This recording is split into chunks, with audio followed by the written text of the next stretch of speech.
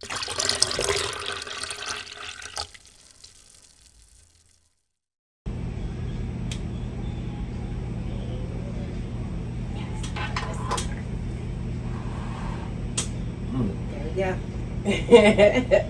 Absolutely. Well, we just smoke all day on this. we can. Yeah, they got to talk. We just want to sit back and just enjoy the stick.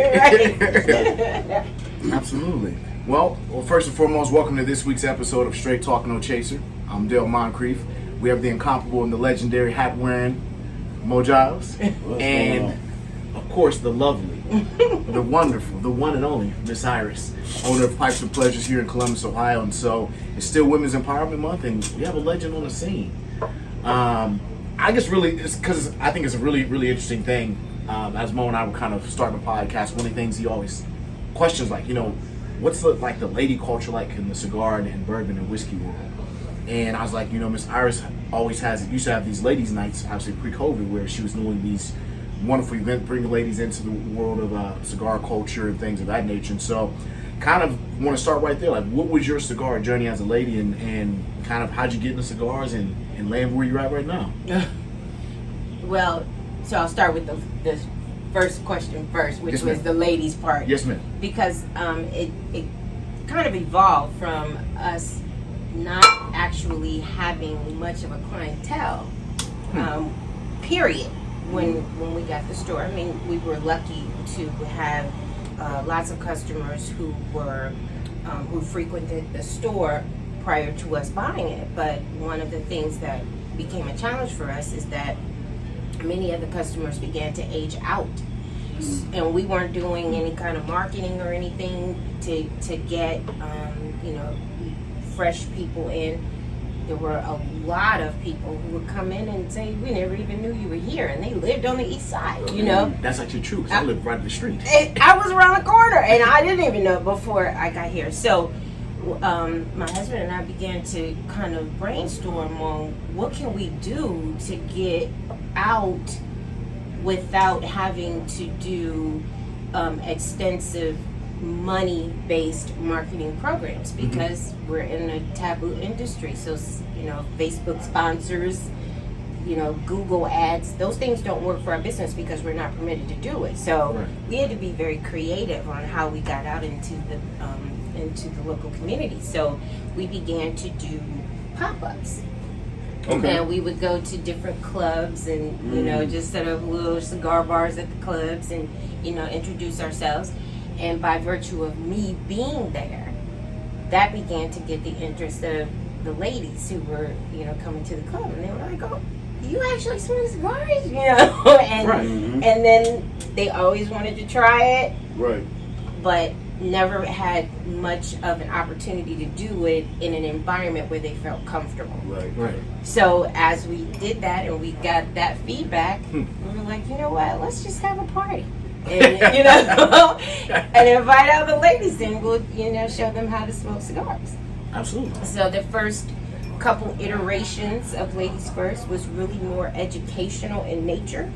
We set everybody in the back, gave them cigars, little takeaway packages, and we did kind of a 101 on them. Okay. And then the second version was kind of the continuation of that. And then before you knew it, we were like, they were already seasoned, they figured it out, and they were like, we want less education and we want more fun. So that's when it became more of a social club as opposed to more of an educational. Now, when they come in, we definitely give them the treatment. Right. But not everybody is on that level anymore. So they come in and they just want to have a great time. Yeah, I think it's very important because a lot of the women that I talk to, sometimes they've had an experience with smoking cigars and they didn't like it, and it's usually because they don't understand how to smoke properly. You know what I'm saying? Or they didn't find the right stick. So I think that's very important, is the education piece you're saying about smoking it, because there is a culture to this that a lot of people do not understand. It is. And like I tell people too, sometimes you got to try different, sticks, to see what is, what fits your palate. Yep. Yeah. Yep. Because I know Dale, he likes more spicier, peppery, Heavy Maduro guy. Yeah. Me, I'm smooth, Let me ask you something. Were you a cigar smoker before you owned the shop? Oh no. No? No. As a matter of fact, yeah. So I guess now it would be about almost 14 years. Okay. For me being with Pipes and Pleasures. Oh, yeah? Yeah, because I was here. We've had it for the last 9 years. But prior to that, I worked here for the original owners, and I was doing more business management stuff. But what was funny is when I came in, I was very opposed to smoking. I wouldn't even come down here. Really? You know, my offices were upstairs. I would come in after hours because I was like, I don't appreciate any part of that. Yeah. And the Steve Anderson, who was one of the owners here, he used to say to me, there's going to be a time when you're going to get curious and you want to come. I said, no, man, I don't think so. I don't think he said you should come downstairs and maybe start to do a little sales down here. No, I'm good. And finally, one day, something came across my desk and I had to question him about it. And he said, yeah, I think that's about the time. So he brought me down here and he showed me it was Padron. And he said, this is what this is talking about, and this is why it costs so much. And, you know, he explained it to me. But anyway, it was shortly after that where he gave me a Davidoff, which would have been was my first cigar. So how did that work when you started off with the Davidoff? Man, he gave me the smoothest Davidoff, and I smoked it, and I'm like, it's pretty good, you know. Okay. And unlike many women, I didn't even segue into flavored cigars because we didn't even sell them. Right. So I went from Davidoff and started exploring some of the other stuff. I think I went to a Fuente after that. And then I had a Padron, and then I can't remember after that. But it wasn't until we actually started doing a lot of the stuff with the female crowd that we started to bring in more flavors, and that's when I actually started to smoke those a little bit. Got it. So, I mean, that's a beautiful story, one, and I think it's very interesting how you came about the cigar culture, the cigar world. And one thing that you said there is, and like Mo mentioned, was the education. So, assuming that, you know, I knew nothing about cigars, or let's say for someone out there maybe just interested in starting cigars, where do you recommend they start, or do you have a recommendation point?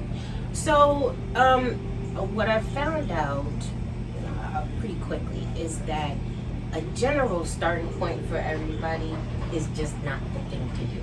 Sometimes you have to ask some very pointed questions to help determine where someone's going to go. So, for example, if I have someone who's a heavy coffee drinker and they like very dark blends of coffee, very full body, you know, blends, no sugar, no cream. Well, probably not the smoothest transition to give them a very light cigar because they're used to that bold flavor.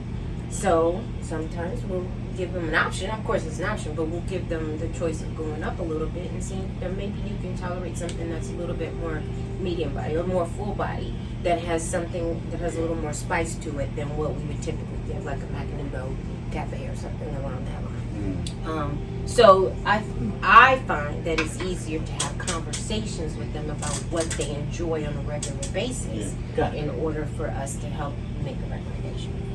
That's I mean, probably the smartest way to go about it, and I guess it's not something that I ever even take in consideration. You know, because let's say, you know, in the world of whiskeys or spirits, if you will, my general rule of thumb is try everything.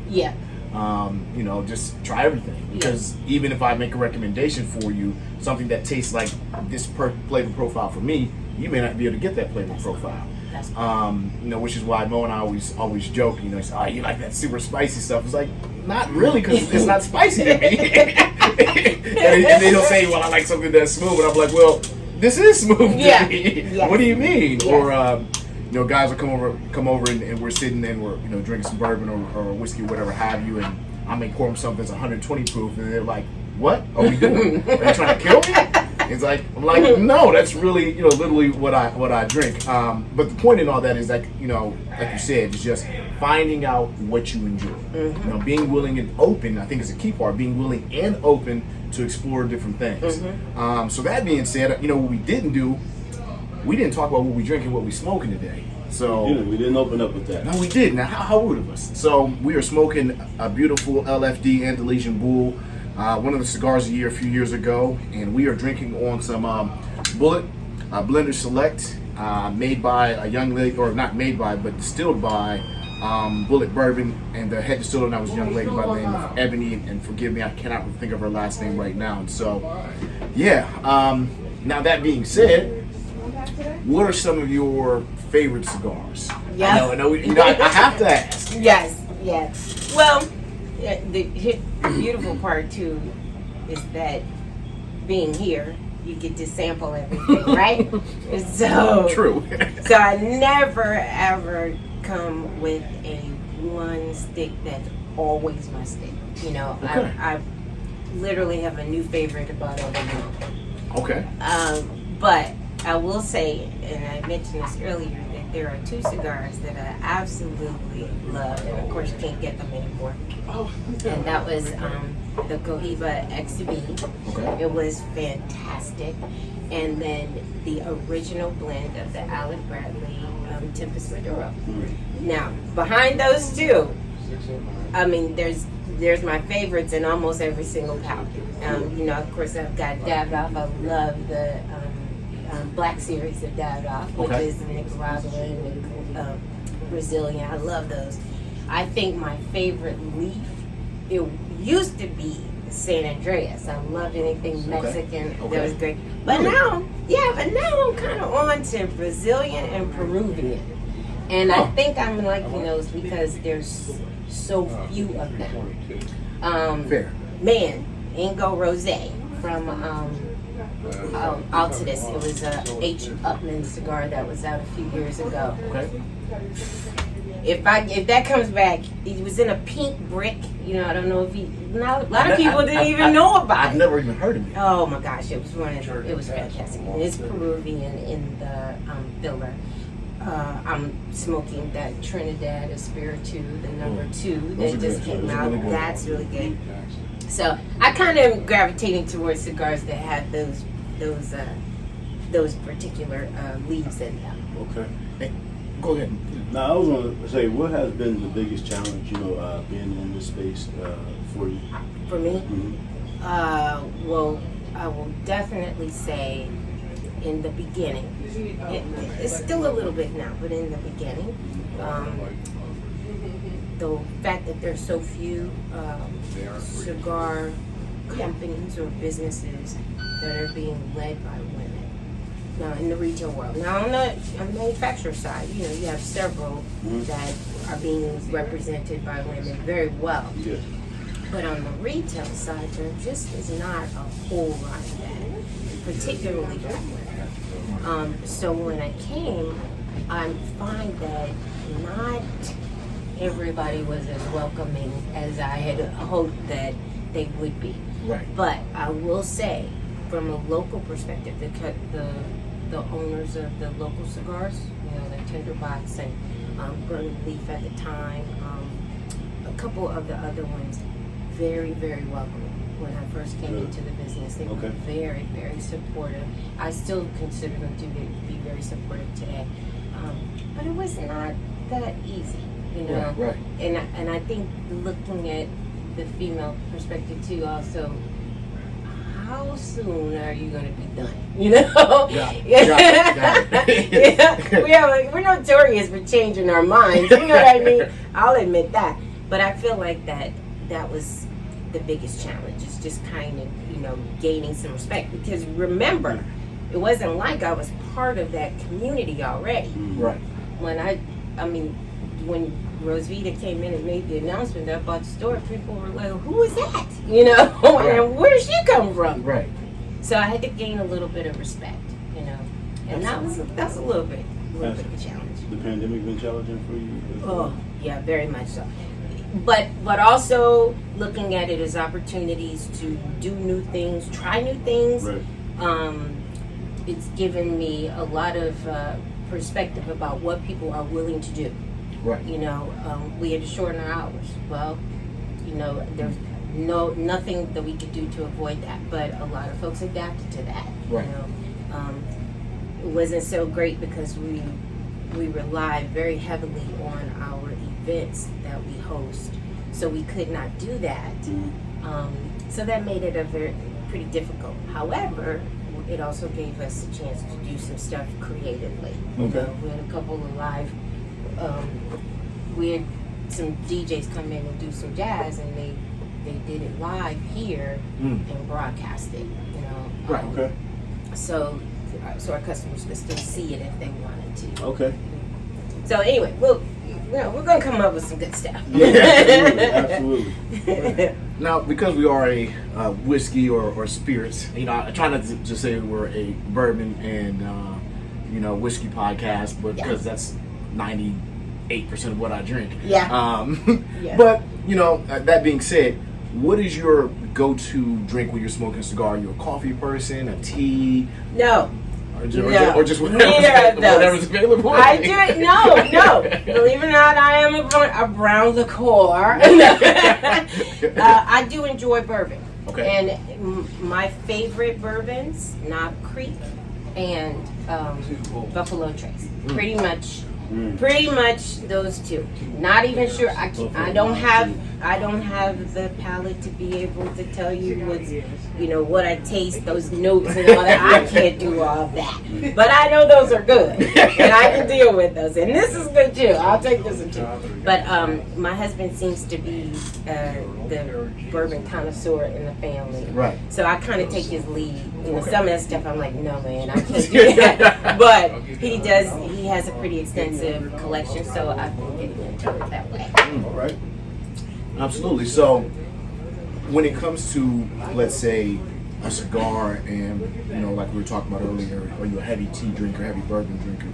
For me, one thing that I found is that I don't like a heavy bourbon or heavy drink at all when it comes to my cigar, because I feel like they're conflicting. Yeah. And I don't get a chance to either enjoy the cigar, or I don't get a chance to enjoy whatever it is I'm drinking. Yeah. So I usually try to, if I'm gonna smoke a heavy Maduro, I know that I'm going to drink something a little lighter, maybe a scotch or something that's a one note or like a spiced rum almost. Yep. So I can get that vanilla and its sweetness, but it stays the same and it doesn't conflict, with what it is I'm smoking. So I always find that to be a very interesting kind of conversation as to what are you drinking or pairing with your cigar, because either some things enhance or destroy. Yep. And I do mean destroy. I'll agree. So. And that's another question, kind of getting back to the educational aspect of it, because I think that's really, really interesting when you're talking about developing, or not developing, helping someone walk into this world of cigars. What are some of the educational points that you would hit on, again, aside from just the flavor profiles, but just the general kind of framework as to how you go about that education and those points? Yeah, so when we would do it in the ladies first, okay, keep in mind we're in a social environment where people are smoking, consuming drink, and there's a lot of people around, so there's also talking. So we try to keep it very simple and very short, little bites of information, and then let the crowd help determine if you need to keep going, if you can expand on it, right? So we would keep it down to, wrapper, binder, filler. Wait, let's talk about those. Let's talk about the cutting. Let's talk about the lighting. Things about different regions of where tobaccos are grown and what regions produce which flavors. Okay.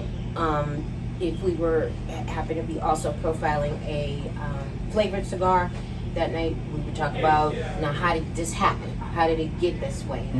Different ways of infusing and flavoring a cigar. And that inevitably will, help kind of spur conversation on other stuff that we would get into. But right. We always found that it's best just to kind of keep them small bites, and not give too much, right, to them that they're going to feel overwhelmed right. and overeducated at that time. Right. At the counter, when we have new smokers come in, it's kind of the same thing. We take their lead on how much they want to know. They generate questions. We'll say a few things, and they have questions. We know that we can keep going, and we know we can keep going a little bit deeper. Right. But you also take the signals, right. when it's getting too much, and I got 20 glaze minutes, I gotta over, go. right. Yeah.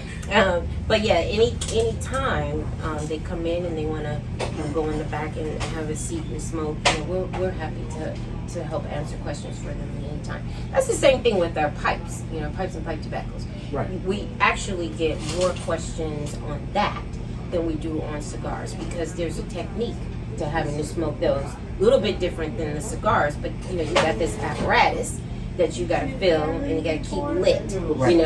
So the first thing is, man, I can't keep this thing lit. How do I do that? So it's more technique driven than it is the taste of the tobacco. You know what I mean? Pipe tobaccos, for the record, are so aromatic and the best smelling thing. I know. It's actually probably the reason I smoke cigars is the smell of pipe tobacco, and it's because it's just so aromatic. It's just like nothing else. Yes, and I agree. What's funny is I actually need to get a pipe. I've been wanting to get me a pipe for so long and smoke some pipe tobacco just because of the smell and the aromatics. I could spend a whole, but I don't have one. Yeah. So, we'll take it. I know. When we do, I would sit down and I need that class. Okay. I need that pipe tobacco smoking class because, there's a whole lot of jokes in there. With that. I don't want to be like Pookie. I'm writing this all wrong. Right. Yeah, we'll take care of that. Okay, I appreciate it. Now, do you still offer the classes? Yeah, so here's the interesting thing. Again, very lucky with this. So Rosita, who is the wife, the original co-owner of Pipes and Pleasures. Okay. She still makes our flagship brand of pipes. So we have the S in our pipes here. It's the only place you can buy them new retail.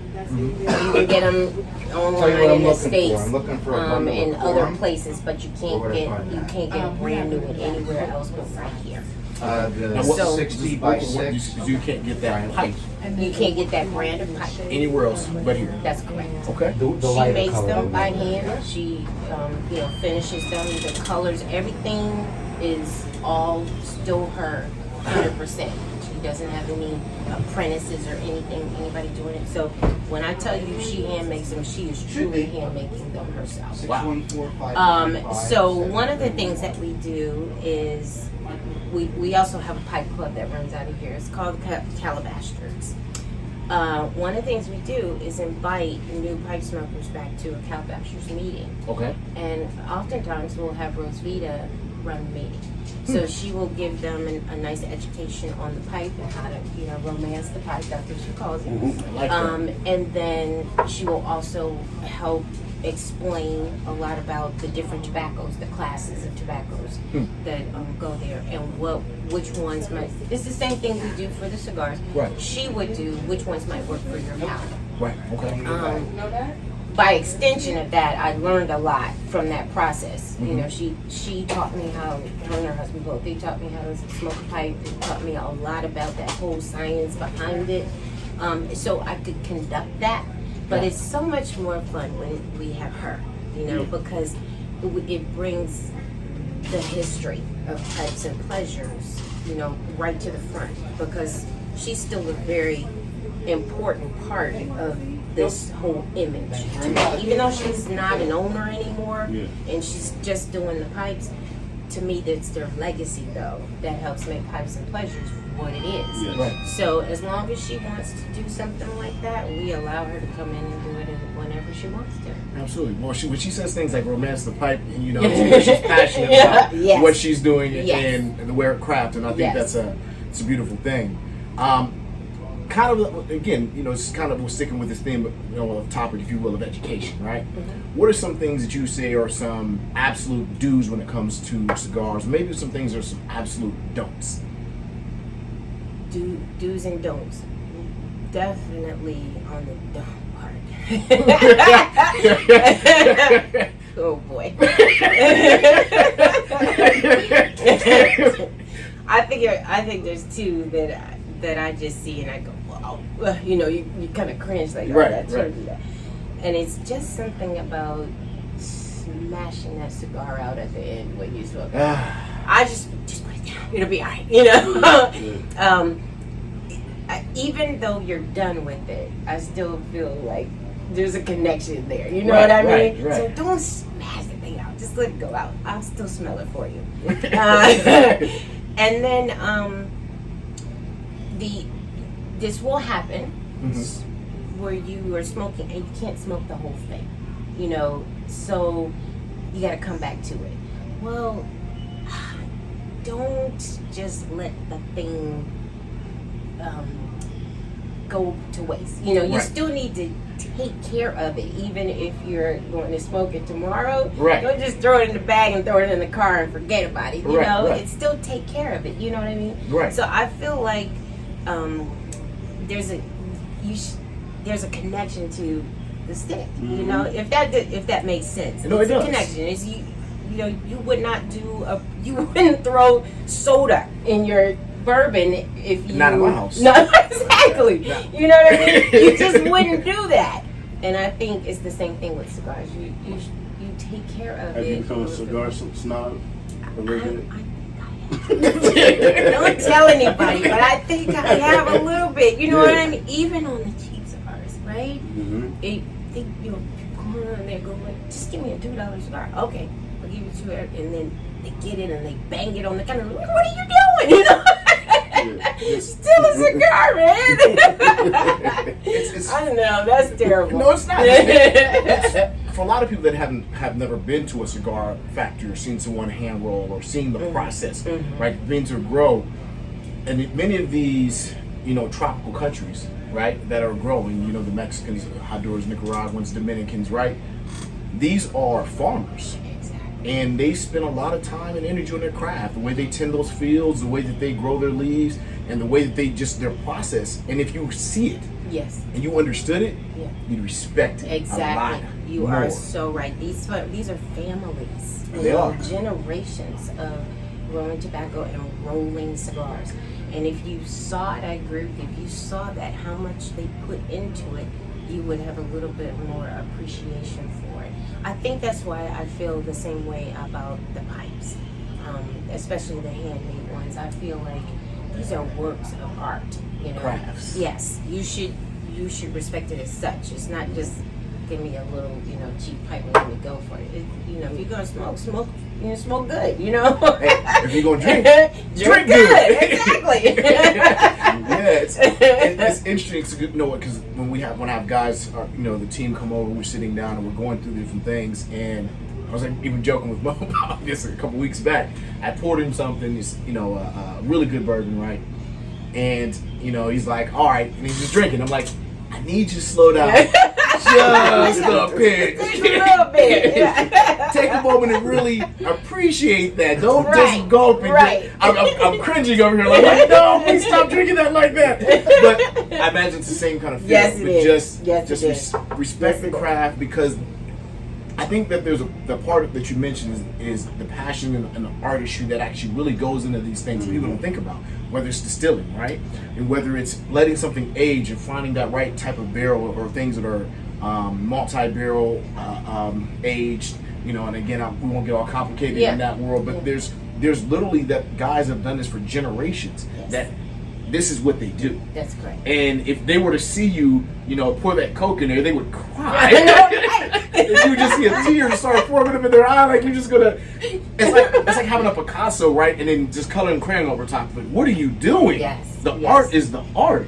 And so really, what I found, and it's kind of a term that we've kind of coined, is that this is conversation culture.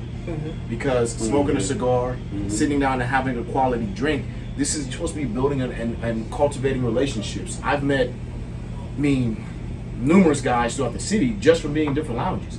And there's a true culture to it, and now you can see that face, them everywhere you go, and you know what, I got this cigar from, remember we were talking about last time, and then there's an exchange of that, or being here for your events, there can be an exchange where guys are sharing a different bottle. I remember being here 4 years ago. There's a reason why I drink rum, and it's here.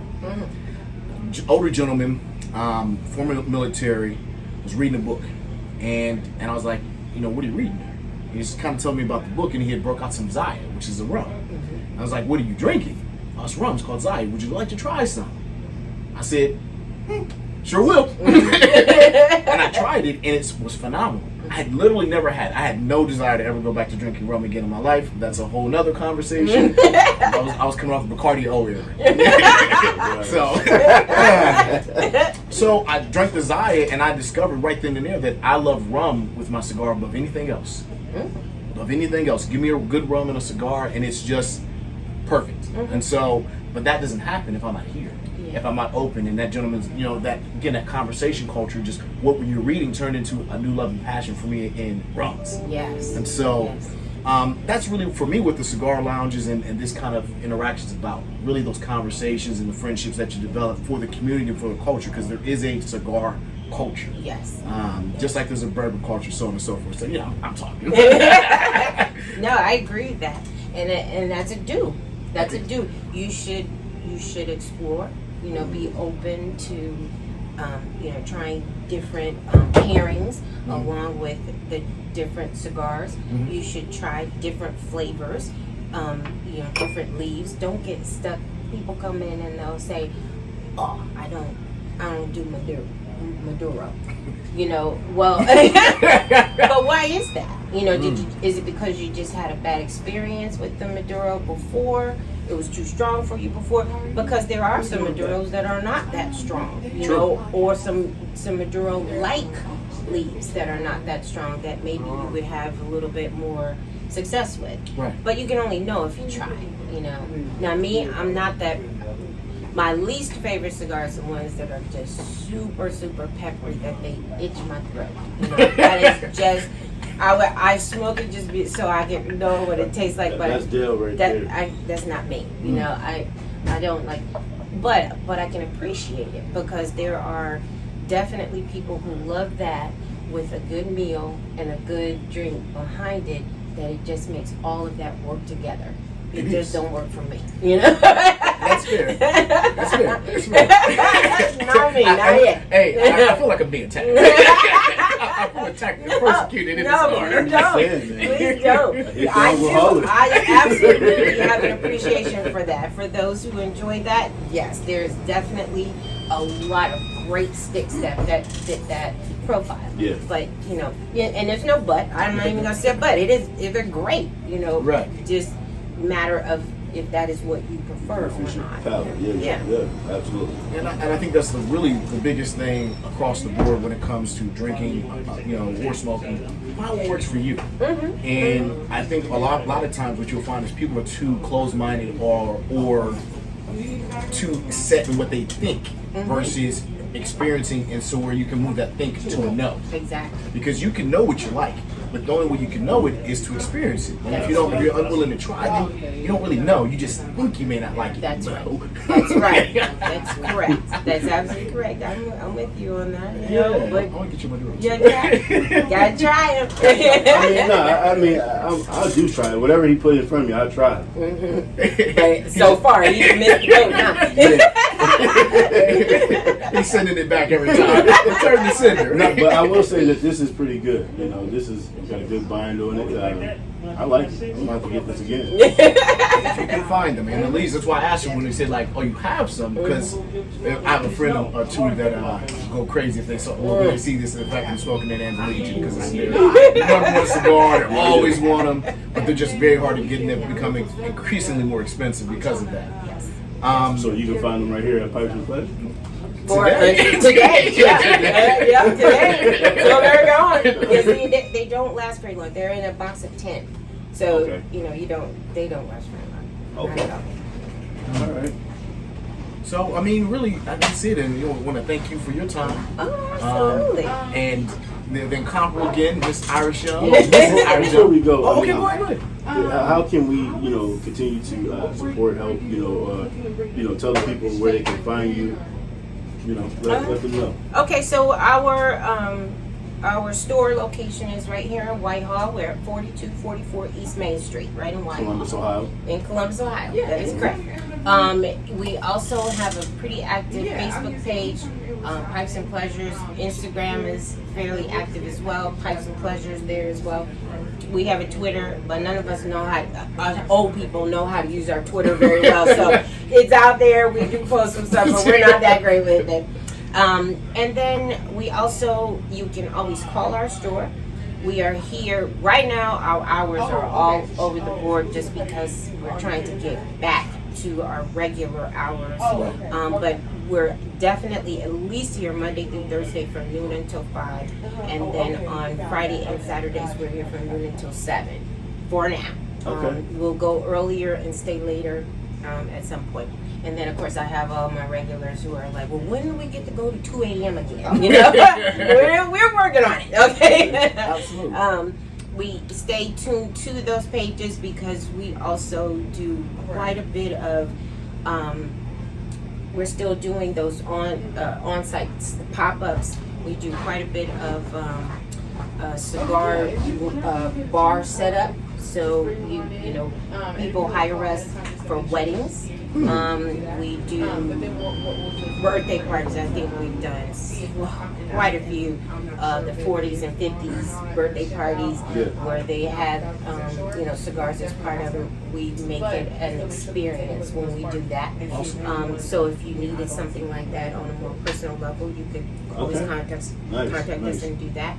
And then, of course, just come on in. That's the other thing. Just come on in and come back and smoke. We always got something going on. You also got something coming up next month too with Uncle Nearest. You tell us about that? Correct. Yeah. I'm very honored for this because young lady contacted us. I guess Uncle Nearest is celebrating the fact that their head blender for the 1884 blend is a black female. And so it looks like they're doing this at several places over the U.S., but in Louisville, they're going to be doing that on April 10th, doing a little celebration, cigar, sip and smoke type thing. And they wanted to make sure that they had incorporated black vendors. They did not locate anybody in Louisville that did what we did or was willing to come and do the bar that they need to have done at that event.